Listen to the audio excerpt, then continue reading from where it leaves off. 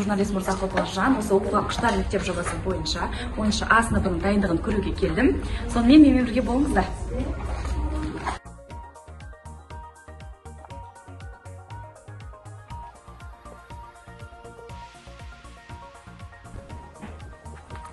Мен журналист Мұрзақов Жан, осы оқуға құштар мектеп жобасы бойынша өз ойыңызды айта өтсеңіз. Қайырлы күн, біз 10 сынып оқушылары Асқат Қанатұлының оқуға құштар мектеп бағдарламасына қатысқанымызға өте қатты қуаныштымыз. Және осы бағдарлама бойынша біз өзімізге көптеген жаңағыдай пайдалы білімдерді ала білдік. Нәтижесінде біз көптеген пікірталастар, ой толғаулар, әңгімелер жүргіздік.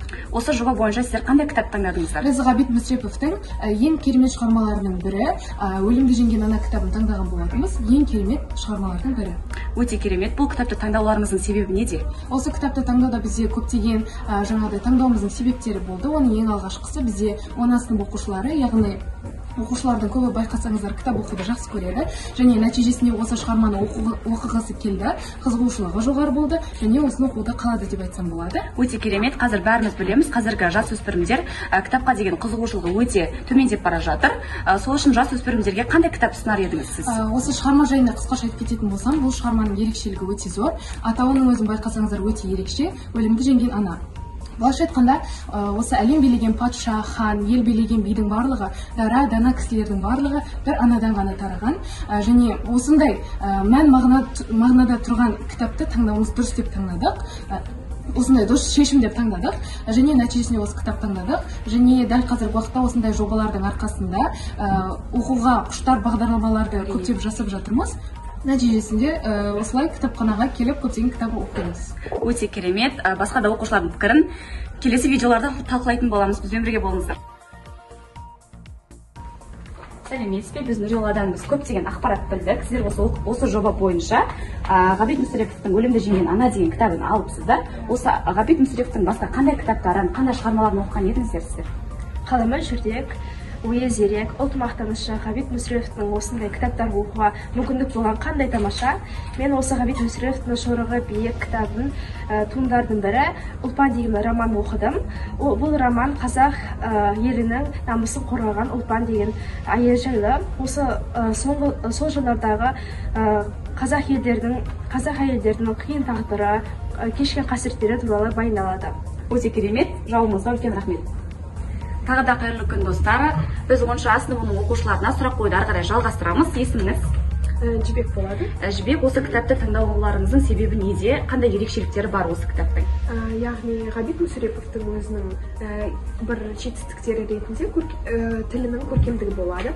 Яғни Өлімді жеңген ана әңгімесінде ол қазақи өмірдің, тұрмыс тіршілігін, немесе түсінікке қиын және де ауыл өмірінің қырларын жан-жақты дамытып, және де қоғам мен заман тынысы айқын суреттеледі.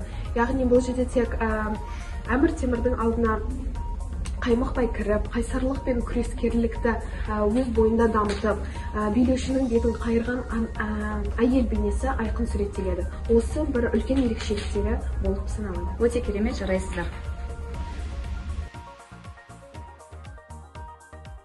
Ендеше достар, біздің 10-шы А сыныбының оқушыларына қойылатын сұрақтарымыз жалғасуда. Есіміңіз? Мейіржан болады. Мейіржан, осы кітаптағы, яғни Өлімді жеңген ана кітабындағы басты кейіпкерлерге өзіңіздің бағаңызды беріп өтсеңіз. Рахмет. Жалпы бұл кітап маған өте қатынады. Бұл жерде маған жаңағыдай Әмір Темір мен ананың рөлі қатынады. Ананың рөліне баға беретін болсам, жаңағыдай өте жоғарғы деңгейде орындалған, жаңа мықтылық, бір керемет бір сезім, сондай бір байқай алдым. Ал Әмір Темірге келетін болсақ, маған ол бір қатты жауыз адам болып көрінді. Өйткені бұның тарих беттеріне шолу жасайтын болсақ, Шыңғыс ұрпақтарының орнына хан ретінде отыра алмаған Әмір Темір сондай бір жауыздыққа бейім болған деп мен солай ойладым. Жалпы барлығы өте жоғарғы деңгейде жазылған. Керемет, жарайсыздар.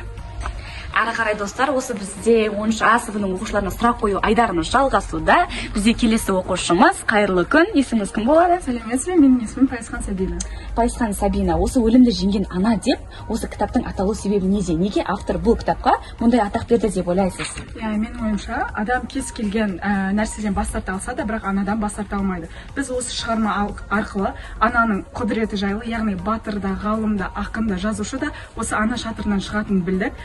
Яғни бұл жерде өлім адам өмірін яғни құртуға қаншалықты тырысса да, бірақ ананың құдіреті сол өлімнен аман алып қалды. Сол себепті бұл шығарма бізде өлімді жеңген ана деп аталады. Өте керемет жауап. Үлкен алғысымызды білдіреміз Сабина сізге. Рахмет.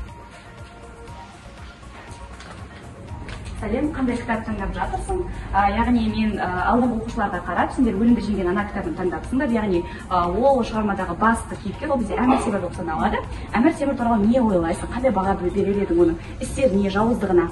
Саламатсыз ба? Әмір Темір туралы айтып кететін болсам, Әмір Темірдің жалғыз ұлы Жәңгір өмір мен өлім күрес арасында қаза табады. Соның әсерінен өмір бойы Әмір Темір бір күлкі тартпайды. Содан кейін Темірдің темір табандары көптеген қалаларды молаға, елдерді құрдалаға айналдырады. Көптеген елдерді жаулап алып, жерді шексіз қанға бояйтын аяусыз патша ретінде көрінеді. Жарайсыз, өте қанағаттанарлық жауап. Әрі қарай достар, біздің сұрақ қою айдарымыз жалғасуда. Қайырлы күн, Анәлі, кітапханаға келіп қалыпсың, жарайсыз.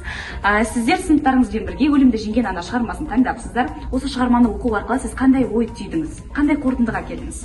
Сәлем, Ғабит Мүсіреповтың өлімді жеңген ана шығармасы маған өте ерекше болды, қызықты болды. Бұл шығарманы оқығанда Әмір Темір патша қанша жерден патша болса да ананың алдында басын иіп, оның қанша жерден құдіретті ұлылығын мойындап, оның айтқан сұрағына жауап бергені маған өте қызықты болды. Және осы ананың баласына деген махаббаты мен қамқорлығы, қанша жыл бойы алаңдаушылығы өте қызықты болды. Жарайсыз. Достар, бізбен бірге болыңыздар. Біздің сұрақ қою айдарымыз жалғасуда. Сәлеметсіз бе, есіміңіз? Асылжан. Асылжан, осы ананың қандай қасиеті Әмір Темірді таңғалдырды? Менің ойымша ең бастысы ол ананың батырлығы және де қорқынышсыз болуы. Кім бол сен?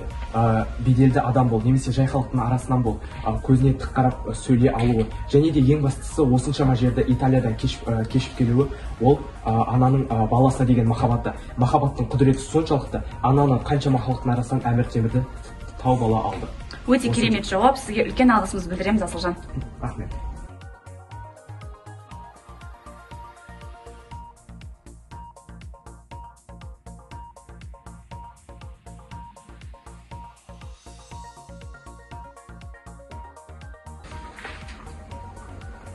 Біз 10 сынып оқушылары оқуға құштар мектеп жобасы бойынша Түркістан облыстық Ыбырай Алтынсарин атындағы кітапханаға келіп, Ғабит Мүсірепов атамыздың өлімді жеңген анам көркем шығармасын талдадық.